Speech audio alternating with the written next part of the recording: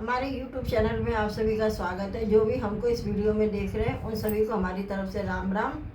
पिछले वीडियो में हमारी जो रामायण है रामचरितमानस, उसमें अयोध्या कांड है, उसके हमने 105 दोहे चौपाइयों के साथ पूरे पढ़ लिए थे और उसका अर्थ भी हिंदी में समझा दिया था। और जो इसके आगे के दोहे चौपाई हैं वो हम इस वीडियो में पढ़ेंगे, तो आप सभी हमारे साथ जुड़े रहिए और ध्यान से सुनिए।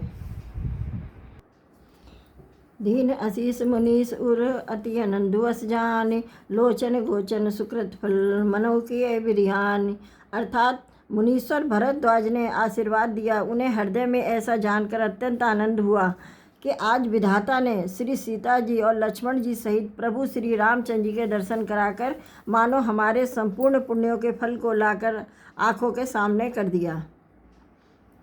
कुशल प्रश्न करियासन दीने, पूज प्रेम परिपूरन कीने, कंद मूल फल अंकुर नीके, दिए आन मुनि मनऊ अमीके। अर्थात कुशल पूछ कर मुनि राज ने उनको आसन दिए और प्रेम सहित पूजन करके उन्हें संतुष्ट कर दिया। फिर मानो अमृत के ही बने हो ऐसे अच्छे अच्छे कंद मूल फल और अंकुर लाकर दिए। सिय लखन जन सहित सुहाए, अति रुचि राम मूल फल खाए, भय भय विगत श्रम राम सुखारे, भरद्वाज मृदु वचन उचारे। अर्थात सीता जी, लक्ष्मण जी और सेवक गुह सहित श्री रामचंद्र जी ने उस सुंदर मूल फलों को बड़ी रुचि के साथ खाया। थकावट दूर होने से श्री रामचंद्र जी सुखी हो गए। तब भरद्वाज ने उन्हें कोमल वचन कहे, आज सफल तप तीरथ त्यागु, आज सफल जुप जोग विरागु, सफल सकल शुभ साधन साजू, राम तुम्हें अवलोकत आजू। इसका मतलब है, हे राम, आपका दर्शन करते ही आज मेरा तप, तीर्थ सेवन और त्याग सफल हो गया है। आज मेरा जप योग और वैराग सफल हो गया है। आज मेरे संपूर्ण शुभ साधनों का समुदाय भी सफल हो गया है। लाभ अवधि सुख अवधिन न दूजी, तुमरे दरस आस सब पूजी, अब करी कृपा देहूँ बर एहूँ, निज पद सरसिस सहज सनेहूँ।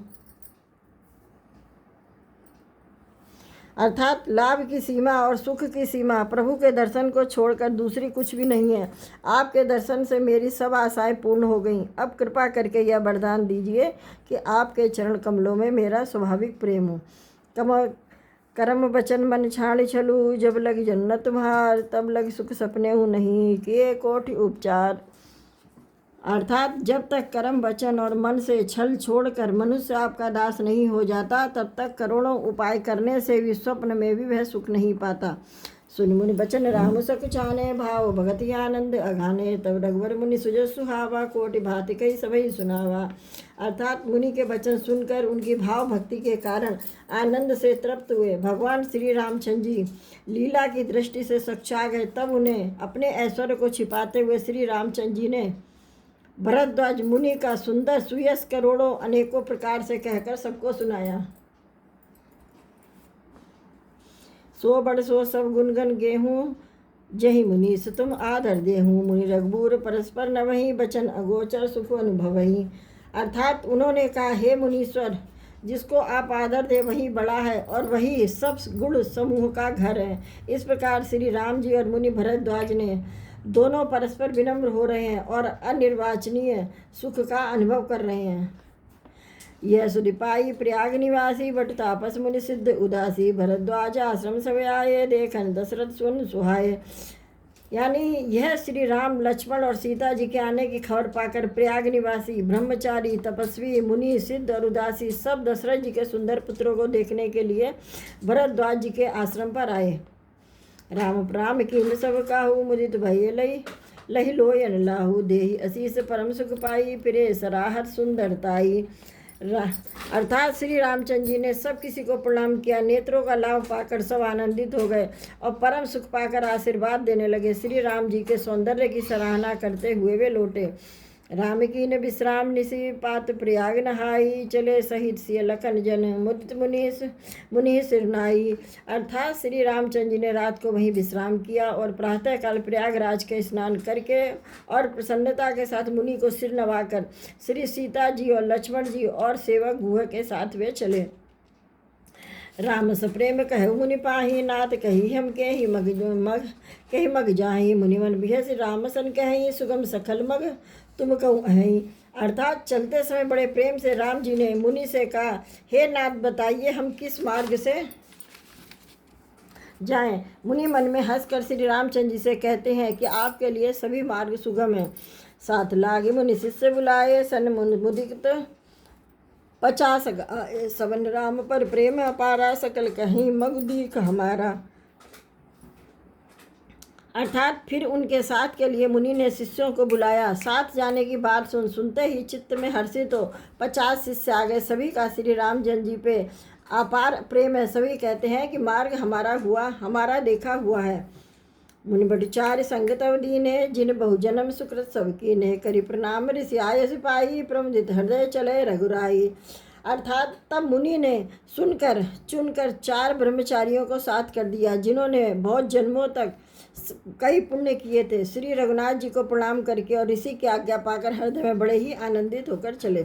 ग्राम निकट जब निकसई जाई, देख दरस नारी धरधाई, होई सनाथ जन्म फल पाई, फिर दिखत मन संग पठाई। अर्थात जब वे किसी गांव के पास होकर निकलते हैं तब स्त्री पुरुष दौड़कर उनके रूप को देखने लगते हैं। जन्म का फल पाकर वे सदा के अनाथ सनाथ हो जाते हैं और मन को नाथ के साथ भेजकर शरीर से साथ न रहने के कारण दुखी होकर लौट आते हैं। विदा किए बट विनय करी, फिरे पाई मन काम, उतर नहाए जमुन जल, सो शरीर समश्याम। अर्थात तदंतर श्री राम जी ने विनती करके चारों ब्रह्मचारी को विदा किया। वे मनचाही वस्तु यानी अनन्य भक्ति पाकर लौटे। यमुना जी से पार उतर कर सबने यमुना जी के जल में स्नान किया। श्री रामचंद्र जी के शरीर के समान ही श्याम रंग था। सुनत तीरवासी नर नारी, धाये निज निज काज विसारी, लखन राम से सुंदरताई, देख करही निज भाग्य बढ़ाई। यानी यमुना जी के किनारे पर रहने वाले स्त्री पुरुष यह सुनकर कि निषाद के साथ 2 परम सुंदर सुकुमार नवयुवक और एक परम सुंदरी आ रही हैं, सब अपना अपना काम भूलकर दौड़े और लक्ष्मण जी, श्री राम जी और सीता जी का सौंदर्य देखकर अपने भाग्य की बड़ाई करने लगे। अति लालसा बसई मन माही, नाव गाँव बूझत समचाई, सकुचाही ते जिनमऊ ब्य वह बिरिद सयाने, तिनकर जुगत राम पहचाने। अर्थात उनके मन में परिचय जानने की बहुत सी लालसाएं भरी है, पर वे गांव गांव में पूछते सकुचाते हैं। उन लोगों में जो वयोवृद्ध और चतुर थे, उन्होंने युक्ति से रामचंद्र जी को पहचान लिया। सकल कदा तिन सवई सुनाई, बनई चले पितु आय सिपाही, सुन सविसार सकल पछताही, रानी राय कीन भल नाही। अर्थात उन्होंने सब कथा सब लोगों को सुनाई कि पिताजी की आज्ञा पाकर ये वन को चले हैं। यह सुनकर सब लोग दुखित हो पछता रहे हैं कि रानी और राजा ने अच्छा नहीं किया। तई अवसर एक तापसु आवा, तेज पुंजलक भय सुहावा, कभी अलखित गति बेस विरागी, मन क्रम वचन रामे अनुरागी। इसका मतलब है उसी अवसर पर वहाँ एक तपस्वी आया जो तेज का पुंज, छोटी अवस्था का और सुंदर था। उसकी गति कवि नहीं जानते अथवा वह कवि था जो अपना परिचय नहीं देना चाहता था। वह वैरागी के भेष में था, मन वचन तथा कर्म से श्री रामचंद्र जी का प्रेमी था। इस तेज पुंज तापस के प्रसंग को कुछ टीकाकार क्षेपक मानते हैं। कुछ लोगों को देखने में यह प्रासंगिक और ऊपर से जोड़ा हुआ सा जान पड़ता है। सजल नयनतन पुलक निज, इष्ट देव पहचाने, परे दंड जिम धर नितल, दशा न जाई बखान। अर्थात अपने इष्ट देव को पहचान कर उसके नेत्रों में जल भर आया और शरीर पुलकित हो गया। वह दंड की भांति पृथ्वी पर गिर पड़ा। उसका प्रेम विहल दशा का वर्णन नहीं किया जा सकता था। राम सप्रेम पुलकी उरलावा, परम रंक जन पार सुपावा, मनो प्रेम पर मारत दो, मिलत धरे तन कह सबको। अर्थात श्री राम जी ने प्रेम पूर्वक पुलकित होकर उसको हृदय से लगा लिया। उसे इतना आनंद हुआ कि मानो कोई महादरिद्री मनुष्य पारस पा गया हो। सब कोई देखने वाले कहने लगे कि मानो प्रेम और परमार्थ दोनों शरीर धारण करके मिल रहे हों। भौर लखन पायन सोई लागा, लेने उठाई उमगियन रागा, पुण्य से चरण धूरी सरि सीसा, जनन जान शिशु दीन असीसा। फिर वह लक्ष्मण जी के चरणों लगा। उन्होंने प्रेम से उमंग कर उसको उठा लिया और उससे सीता जी के चरण धूलि को अपने सिर पर धारण किया। माता सीता जी ने भी उसको अपना छोटा बच्चा जानकर आशीर्वाद दिया। हीन निसात दंडवत ते ही मिले, मुदित लग राम स्नेही, पियत नयन पुट रूप पीयूषा, मुदित सुअसन पाई जिम भूखा। अर्थात फिर निषाद राज ने उसको दंडवत किया। श्री रामचंद्र जी का प्रेमी जानकर वह उससे आनंदित होकर मिला। वह तपस्वी अपने नेत्र रूपी दोनों से श्री राम जी की सौंदर्य सुधा का पान करने लगा और ऐसा आनंदित हुआ जैसे कोई भूखा आदमी सुंदर भोजन पाकर आनंदित होता है। ते पितमात कहूँ सकी कैसे, जिन पठये बन बालक ऐसे, राम लखन से रूप निहारी, होई स्नेह बिकल नर नारी। अर्थात इधर गांव की स्त्रियां कह रही हैं कि हे सखी कहो वे माता पिता कैसे हैं जिन्होंने ऐसे सुंदर सुकुमार बालकों को वन में भेज दिया। श्री राम जी, लक्ष्मण जी और सीता जी के रूप को देखकर सब स्त्री पुरुष स्नेह से व्याकुल हो जाते हैं। इस वीडियो में हमने 110 दोहे चौपाइयों के साथ पूरे पढ़ लिए हैं और जो इसके आगे के दोहे हैं वो हम अगले वीडियो में पढ़ेंगे। तो तब तक के लिए आप सभी को हमारी तरफ से जय श्री राम।